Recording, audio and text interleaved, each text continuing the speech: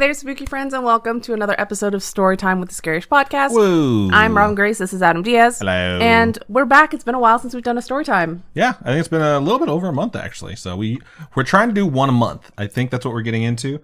I think the best schedule is usually going to be like the first topic episode of November is going to come the second week. Or excuse me, the first topic episode of the month will come the second week.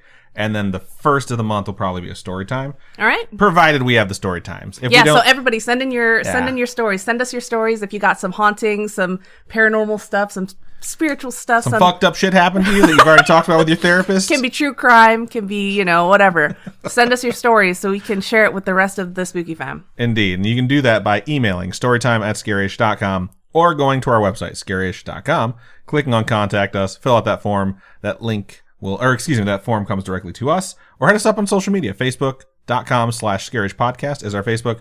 Twitter is @scarishpod. Never going to call it X. Suck my dick, Elon. And Instagram is @scarishpodcast. So, okay. Great way to start the show. Oh my God. We don't know how to handle story times anymore, man. It's been a minute.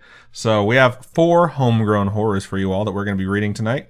Or today, whatever. And I mean, if you are new to Storytime's homegrown horrors, are tales that we have been sent from our spooky friends out there. And our listeners. So if you're listening, you're a spooky friend. Yeah. And it's just about their experiences and things that they have happened to them, maybe their family, their parents, their grandparents, things like that. We've had some really hilarious ones that have happened.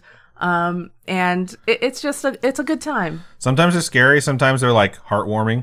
So either way though, feel free to reach out to us. And if you say, hey, you can share this on the show, we would be more than happy to do that. So, we got 4 for you this show. Robin, do you want to go first or should I? I'll go first. All right. Full disclosure. I want to let you guys know up front. We usually have Spooky Mom to proofread these things. That way we can react to it for the first time ever live on the show. Because this one was a little bit impromptu, I did proofread these things. I know everything that's to come. So I'm going to pretend to be, I'm like, what? No way. There's a couple of things when I was proofreading them, I was like, that's fucking creepy. Okay. So I'm kind of excited for this. I hope you guys enjoy these, but I haven't read them. They're brand new to her. They're brand new to me. And I'm excited. I'm excited to dip my toes into a story time. It's been a while. Okay. All right. Let's dive in. So this first one is from Devin, and the subject is weird-ish. I mean, we like all strange types of stories, right? It goes, I love the podcast. I listen to it at work. Why wouldn't you? Right? Yeah. They work in aerospace, so it's not really paranormal, but when I was around 10, I would have weird but not scary dreams. I ended up teaching myself how to control the dreams, kind of like that episode Adam had where he was kind of doing that with his dreams, right? I've talked a lot about like not exactly controlling my dreams when I was younger, but finding my escape route, which is clenching my eyes shut really, really tight. And then when I got older, starting to do like lucid dreaming stuff to try and control your dreams. I can't hurt people in my dreams. I've tried. Like when I take control of a dream, the one thing that I can do beyond the shadow of a doubt. Choke someone out? No, I just said I can't hurt people. That's Jesus Christ. Are you even paying attention? I mean, if they say like harder, obviously it's not choking someone out. But no, I can move stuff like telekinesis. So like I'll just like look at a water bottle and like open my hand and it flies to my hand. And that's kind of how I notice. I'm like, oh shit, I'm dreaming. Do you have right to now. say a spell when you do it? Like No. Accio water bottle? I don't have to say anything. It just comes to my hand. Okay. So way cooler than Harry Potter in my dreams. But All right. yeah. Continuing on. So they would control their dreams. In some rare cases, if it was too much, how to wake myself up. Again, like you just said. Yep. So they, the story goes, would close their eyes and blink 3 times. Are you actually going to read the homegrown horror? Or are you going to paraphrase it for us? I mean, that's the words. They would close their eyes, which was by closing my eyes and blinking 3 times. Okay, Did cool. you have to blink at all, or you just close your eyes? I mean, it's very real tight? similar. I think it's you're activating your eyelids. It's like that's what you're really doing is whatever you do in your dream, obviously, like your body is paralyzed to mirror it. I think your eyelids are the one thing that you can kind of control. So for me, it was like clenching my eyes shut really tight, like made me do that. For this person blinking, it sounds like activated his eyelids so that like when his eyes fluttered open that 3rd time, his eyes would actually open is my guess. And it's kind of cool though. The blinking 3 times is interesting because like what happens if you blink 3 times and after the 3rd blink, you're still in the dream and you're just like, Oh, no, no, no, no, no. That's like Inception type thing. Like, are you awake or are you still dreaming? I mean, in this case, you know you're still dreaming, but you're trapped. So it's more like a Nightmare on Elm Street type thing. So, if I have a nightmare or something like that, I am very reluctant to open my eyes. I probably won't. I just roll over. Robin uppercuts her way out of nightmares and punches me in the face. Did I punch you in the face? You elbowed me in the head last night. Oh, and I was like, do you remember elbowing me in the face? You're like, no. That's her exact response when she woke up, was to laugh from the fact that she struck me. I've had a boyfriend almost break up with me because I smashed him in the face with my fist. Yeah. Yeah. It was me. No. It was not. Oh, you didn't know. You weren't aware. I backhanded this person, and I was in the middle of sleeping. He got up and was like, I can't do this. I can't. If somehow we went to court for every time you struck me when you were sleeping, it would be like the fifth or sixth time we're in there. It's like, Your Honor, I swear, man, it was just a nightmare. And I'd just be covered in bruises. I'll let you keep going because this person's story is important. Yes. So nowadays, I love horror movies, but back then, I never really watched anything like this dream I had. I was walking down into the cellar, which I never lived anywhere that had a cellar or even a basement. I went down and everything was in red. It was a generic bedroom, but on a king-size mattress was my mom and her 300-pound husband. But think John Carpenter's The Thing. Okay. So I don't know what scene this is. Well, I mean, like, the thing is just this hideous creature. Like, when it's, like, disassembling the person it's pretending to be, it's just an amalgamation of, like, flesh and blood and tentacles and shit. You've clearly never seen The Thing. So, I just know. Which we have watched together. I just know in the end, someone drinks gasoline. Yeah. Wow. I don't remember anything about this movie that then I will spoil. Hey, it's from like the 80s. If you haven't watched it, that's on you. That's on you for not remembering it because we have watched it. So they see their mom and her husband and a mass of organic material merging them together. A tentacle rose up and I was stuck in place. My eye trick did not work at all. Then a voice, deep and raspy, said, "You're all alone now. No one to protect you. You are mine." So that's terrifying. I said that to you when I chose you. Yeah, those are her exact words, and I was also trying to escape. So. And then I woke up. Never had that dream or anything like that since, nor have I really talked about it. Bonus story, I once stuck my hand through a chair, pulled it back, then went to push back through because I thought it had a hole in the back, and it didn't. What the fuck? I thought the bonus story was hilariously short for being one sentence long. It's like, wait, what? That is weird. That's a one sentence horror story right there. I've definitely had weird dreams that I'm like, where the heck did this dream come from? Like nightmare fuel type things. I think what I like most about Devin's story is that my eye trick has never failed me. Okay. I think there might have been one instance where I had to like do it twice, but it's never failed to get me out of a dream. So now this is a horrifying prospect to me where it doesn't work. As a 38-year-old grown-ass man who's mastered the art of getting out of nightmares, if you know you're dreaming, if it were to not work, like I'm so nervous now that the next time I try and use my eye trick to get out of my dream, I'll just be stuck in it and I'll be like, God damn you, Devin. So I really enjoyed. Put that on a shirt, God damn you, Devin. I really enjoyed reading this one, so thank you so much for sharing it and sending it in. Obviously, I really want to know if anyone else out there has had to deal with night terrors or nightmares that are like consistent or just repeating, and if you've developed ways to escape and whether or not they have failed you. So that's that's just something I'm curious about. But either way, thanks, Devin. Thanks, Devin. Thanks, Devin. Thanks. Okay.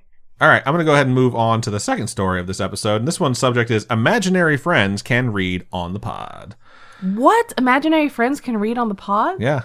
It wouldn't be crazy if I was just like, son, is that your toes or is that the dog's nose poking my leg repeatedly? That's my toes. Ow. Freaking me out. All right. I don't know. I thought the dog's nose was on my leg. She's flopped over sleeping in the I looked down and there was no dog down there. So, okay. This one goes like this. Hi, friends. Hello. Hello. And everyone else yell hello. I'm not sure how. Hello. I'm not sure how, but I remembered a story my mom told us about our older brother. It's always nice when those memories just come flooding back to you, right? When he was still an only child, he used to disappear and play by himself a lot. The way my mom describes it is he was an 80s kid. collecting things outside, running around. I was an 80s kid too. They just put you outside. They're like, don't come back for 5 hours, and they lock the door. So, etc. And then Are you lying? No, they never did that. It was be back by the time the street light's on, or I'll beat your ass. That was the type of thing I grew up with. So okay. We had a cul-de-sac we grew up in, and I know there's a lot of people that say like don't live in a cul-de-sac because it like traps bad energy or some shit like that. You're looking at me like it came from you. Yeah, it came from your mouth. But yeah, I had like a group of friends because all the kids were around my age, and we all used to play games together and stuff. But anyways. Eventually he formed a group of friends, but my mom never saw them. They had names, and he could describe them. I don't remember if he described them as humans per se, but my mom knew they were imaginary friends. What started to become concerning was the things they would do together and the adventures they had. My brother would describe riding on a magic carpet, and in parentheses it says, quick Google search, Aladdin came out in 1992, but maybe there's other magic carpets. There were. Like, there's a lot of different things where it had magic carpets. There's literally a song back in the day called Magic Carpet Ride. So, it's by Steppenwolf. I don't even think it's called Magic Carpet Ride. It might be called something different, but it's much older than the 80s. So, was there a magic carpet in the book, like, that Aladdin is based on? Never read it. Okay. So, but magic carpets didn't get invented in 92 with Aladdin. They've been around for a lot longer than that. Okay. So, stories of genies, stuff like that, definitely had magic carpets. Getting back to the email, it says, we're 80s babies too, so that doesn't check out. On these magic carpet rides, they would take him around the world, and he learned very specific things about each place they were at. This made my mom really uneasy. It was Mexico in the 80s. There wasn't the same access to information, especially to kids, as there is now, or even in the US back then. Man, if you want to know something in the 80s, you had to go to the library, I think go we to the Dewey about Decimal this. System, look up an encyclopedia, and figure shit out. It wasn't just like you pick up your phone and you sit down at your computer. Like, that shit was not there in the 80s. And your knowledge was limited by what your library had. So if your library didn't have any books on that topic, you're like, well, I guess it doesn't exist. Access to information is one of the biggest changes in human history in my lifetime. And I love that we have access to all these facts, and people just believe whatever the fuck they want to believe anyway. Facebook is truth. It's crazy. All right, getting back to this. It is creepy that he learns all these things without having any sort of access to this information. When she tried to get more details about it, it kind of went nowhere. It was the imaginary friends. One day, I guess he was in his room alone in the dark.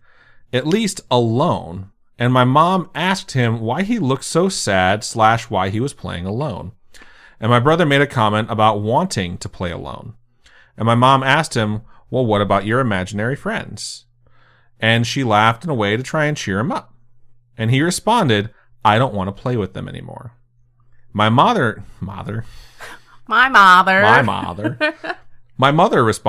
why not? Still laughing or trying to be cheerful. And he replied, because one of them touched me. They've never been able to touch me before. No. Yeah. No. I got goosebumps on that response, and I've already read it before. That's horrifying in so many ways, dude. That's so not right. Because then you're like, has he been around an actual person, and do I need to fucking kill someone now? Or is this an actual imaginary friend that somehow made physical contact with him, and it scared him because he knows they're imaginary, and they shouldn't be able to do that? Either way, that is horrifying. The email continues, and there you go, my creepy kid story. My mom wholeheartedly thinks his imaginary friends were actually ghosts, based on how much interrogation she did prior and after this. She also asked around to everyone. My brother was always a weird kid. I guess before we were born, he would also just... before himself, the writer, and the siblings. I guess before we were born, he would also just sit in the corner of rooms and talk to himself. And he's 39 now. If you try to ask him about it or bring it up, he gets uncomfortable and says he doesn't remember. If I grew up and had these quote-unquote imaginary friends and one of them touched me, I, as a grown-up too, would not want to talk about it, because what if it's inviting them back? Yep. And then it's worse. Yeah, 100%. It's just big no. Totally understand that mindset. He did and said some other creepy things too. I will write those in later. So at some point he talked about it and remembered it. Mm-hmm. I want to know all about it. Love the pod and everyone involved, even sleeping corgis. It's a sign off, glow. So thank you so much for sending that. Hashtag. I don't know why my brain did that. I went to edit it out, and now you just talked about it again. So I guess I'm leaving it in the podcast. So thanks for that, bitch. Why we even mark things? Anyways, thank you so much for sending that in. That is seriously terrifying in like the perfect way. Like, this is why I want to hear about imaginary friends. I want to know like how things go, why they go away, if people remember it when they're adults. So please send us part 2. I'm dying to hear what happens. Yeah, I love creepy stuff like this. It just, when it's like genuinely scary and I get freaked out at, I'm like, yes, more. Thank you. Yeah, indeed. All right. Thank you so much. We're going to move on to the next one now. So before we move into our next story, we are going to take a really quick commercial break.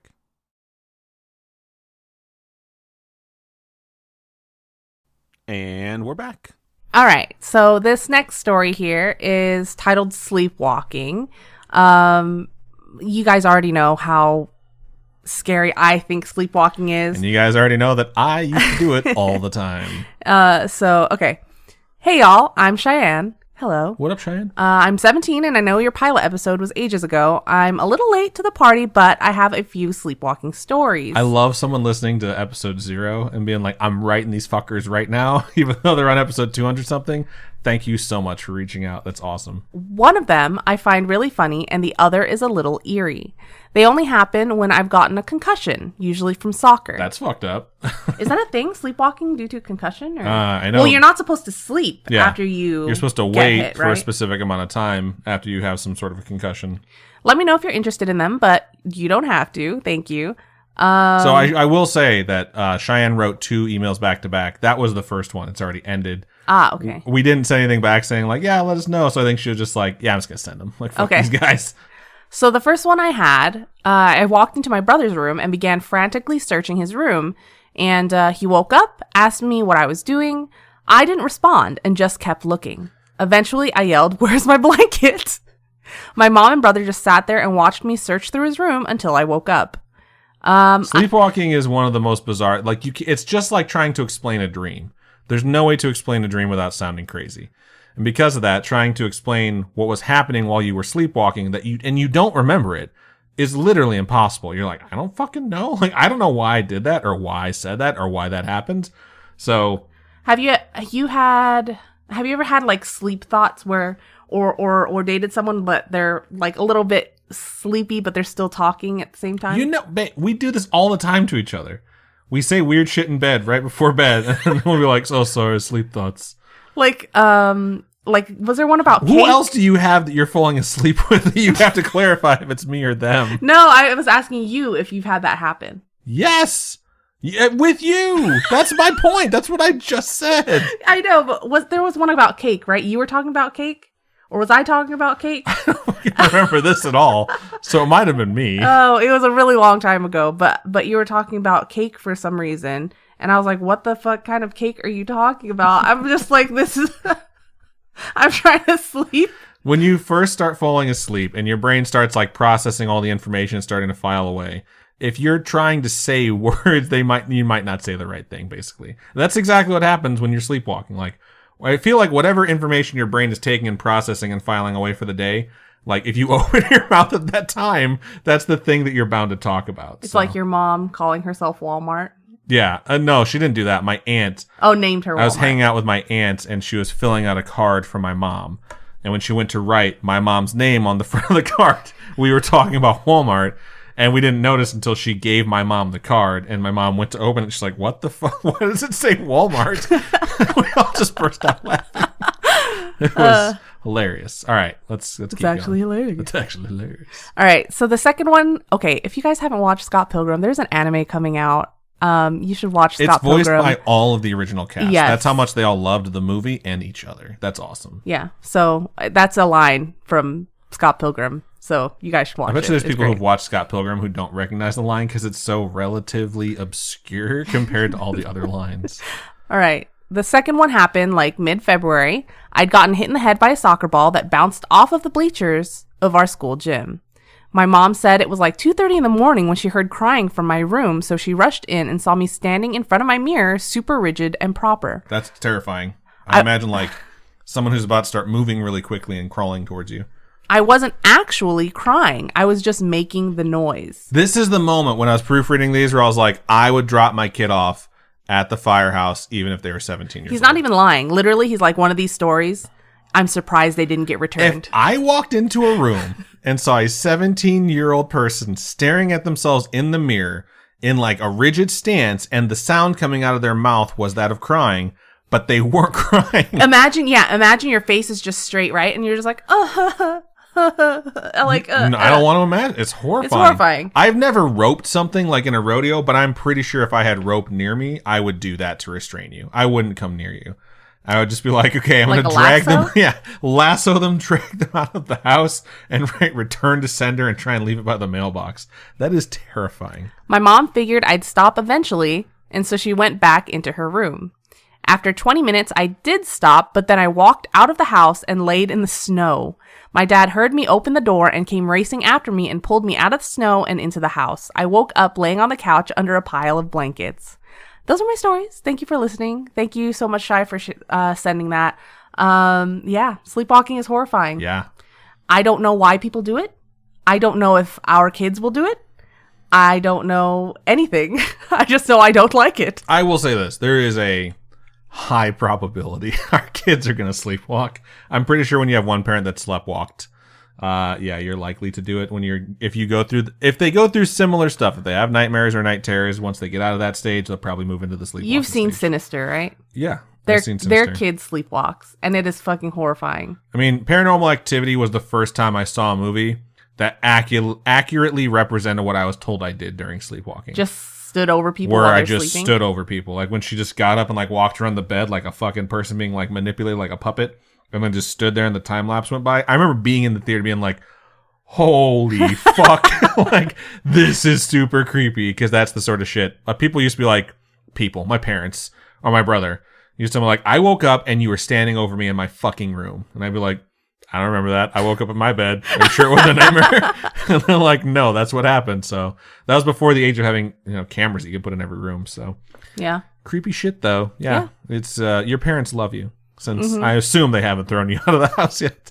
Thank you for sending it in. Please avoid getting concussions too. That's really, really, really bad for you. I've gotten hit in the face by a soccer ball so many times. Never had a concussion though, but definitely. I was just telling my friends yesterday, I'm like, I've been hit in the head or in the face by volleyballs, basketballs, soccer balls, lots of balls.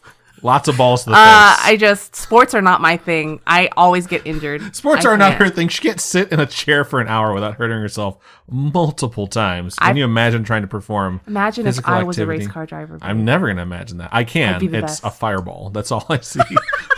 That's what I see. So, all right. Thank you so much, Cheyenne, for sending that in. All right. I'm going to go ahead and move into our fourth and final story of Storytime. Our final homegrown horror, as we call them. This one's from Ambi, and the subject is, Yo Dog, got a scary story. That is a really good subject. That's an Adam subject Yeah. line. Starts out, hey, Robin. Hey, Adam. Hey. Everyone else, she didn't say hi to you, so you can't say What hey. the frick? Long-time listener, first-time caller. My name is Amber/Ambi, and I'm from Oregon. I found y'all on Spotify back when you covered La Llorona. I'm glad I can say that now. Way back when. Now, I'm heading off to college at Colorado State for journalism. Woo woo! Colorado State's a good school. Journalism's a hard major. So, I did journalism for like 2.5 years. It was supposed to be my minor when I switched stuff up. So good luck to you, and I'm sure you'll do fine. And I have a few yarns to spin for y'all. My first story is my grandpa's alien encounter. This takes place at a state park called Howard Prairie Reservoir in the Siskiyou Basin in 1985. Basin didn't come out right, but you got the gist of it. There was a clear lake, and he was doing his painting of the area around 1 a.m. or so in the midsummer. What? What? Okay, hold on. He's painting late at night. He's painting late at night, but how do you see anything? It's night. I'm guessing the moon existed back then too, Robin, and was providing light for him to paint. All right. I sat her back in her chair with that correction. Take that. Okay. Sitting out there and painting the reflection of the moon off the lake. Stop hitting me. I didn't read these before, okay? You read them before. So maybe trust me and let me just fucking read them. All right. Soon, though, overhead came what he described as a flying frisbee to me and landed across the lake in a U-turn outlet off the trail. As he witnessed this, he dropped cold into the bed of his truck. I would too. The next morning, some park rangers woke him up and started shaking him down for arson charges. Wait, so he dropped down into the bed of the truck and then just passed out? I don't know. Sounds like it. And then the next morning he wakes up and park rangers are like, yo, dude, why'd you set fire to some shit? Across the lake, there was a large ring of smoking land in that same U-turn area. He told his story and went to go pack his art supplies up, and the painting was missing. Spooky, until you realize the Park Service confiscated it for evidence. Oh, maybe they confiscated it because he painted something that should not be on recorded document. Or he painted the location of where something happened that they were going to have to bury. So that same area is blocked off, but you can still see a ringed patch where the fire burnt initially. That's fucked up. That's crazy. That is crazy. Man. All right, second story. My second story is my dad's story about Gary Ridgway, better known as the Green River Killer. Get out. Okay, continue. My dad did trucking up and down the West Coast, from Waco up to Vancouver, Canada. He always stopped in the Renton neighborhood of Seattle to spend time with his buddy, a mechanic at a truck depot, and would have service done on his truck there as they went out and had lunch or dinner or whatnot. One night, he wanted to bring along another work friend, a detailer at the same shop named Gary Ridgway. Shut the front door. My dad felt the strange aura around him as he was with him and did not like him much. Your dad was this, or was it your mom? But that was the same way. That was like, this guy does not feel my mom right. totally met a dude that she was just like, there's something wrong here. I want this guy away from me. And she like barricaded, like she was talking to a guy through a door, and she like made herself very like present behind the door so he would not be able to barge through it without him knowing, because he just creeped her the fuck out. And later she found out that he was killer. He was a horrible human being. All right. Anyways, back to your story. My dad felt the strange aura around him, didn't like him very much. The next day, my dad read a newspaper as he was getting ready to leave. The front page detailed the rampage of the Green River Killer. That's fucked scary. up. Yeah. That's scary. I mean, I'm glad it wasn't your dad or any of the friends or anybody that he knew in that vicinity, right? Yeah. But that's still super scary. Yeah. Those are my stories. I have a few more in me that deal with a strange cult around my hometown, but those are it for the time being. Thanks for making this amazing show and being super entertaining as you do so. Keep on creeping on. Thank you so much for sending that in. Just so you know, if you guys hear Adam giggling or this is a hard one for me to get through. I kept fucking everything up, and Robin kept telling me to correct, like, you should read it this way. So if you watch live on twitch.tv/scarishpodcast or youtube.com/scarish, you can watch all this unfold with no editing. So that's what it's like to watch live. It's not usually me fucking things up that bad, but for this one it was. So thank God for editing, because I don't want you to think I'm not taking your story seriously. I'll misread things and I'll laugh at myself for screwing it up. But it's a really good story, both of them. So I being in that situation where you come across someone and you later find out that dude is a freaking serial killer is just, that's horrifying for me, because it could have been you. Yeah, especially when you're like, man, you just don't know how close you come to death every single day, whether it's not like deciding to go down this road instead of that road, and that road would have gotten you hurt or killed in a car accident. Or like you decided that you want to go to Target instead of Walmart. And in Walmart, you would have bumped into someone in the parking lot who was like Ted Bundy or some shit like that. It's like 3 degrees from Kevin Bacon. Yeah. But in this case, like you're 0 degrees away from a serial killer because you met the fucking dude. Yeah. Like that guy probably thought about killing you at one point. No, he had a very specific type, that particular. That doesn't mean you don't think about killing the people who you're not planning on killing. That's all I'm saying. All right. I think about killing people. No, I'm kidding. Shut up. You're totally so kidding. dumb. I am 100% kidding. Just myself. So, what? Again, just kidding. God. All right. Thank you so much for sending in that story. We appreciate you. All right. So that's everything we have for this episode. Thank you so much to everyone who joined us, especially live. If you're watching any of the Storytimes live, we appreciate you. We love you guys. If you're like, I'd like to, but I don't know when they are, we usually do them on Saturdays at noon. Not every Saturday, but we will announce Friday, on our social media, so you guys should follow us. On our socials, then make sure you follow us. So again, those socials are facebook.com/scarishpodcast. Twitter's @scarishpod. Instagram is @scarishpodcast. And you can also reach out to us if you have a story like the ones we just read. If you'd like to send them to us, we'd be more than happy to read them. And additionally, you can email storytime@scarish.com, and we'll get the email that way. Or our website, scarish.com. Click on contact us, fill out that form. So we would more than be happy to read your stories. Yeah. Fun times. Robin, for folks who would like to donate to us, how can they do so? You can go to patreon.com/scarishpodcast. Those are monthly donations with tiers starting at $1. You can also go to ko-fi.com/scarishpodcast. And those are one-time donations if you're not into the subscription type thing. Yeah. All right, that's everything we got. So thank you so much to everyone who listened, everyone who supports us, everyone who loves us, likes us, doesn't hate us. We appreciate you. Robin, go ahead and sign us out. Keep on creeping out, and we'll talk to you guys later. Bye. Why like that?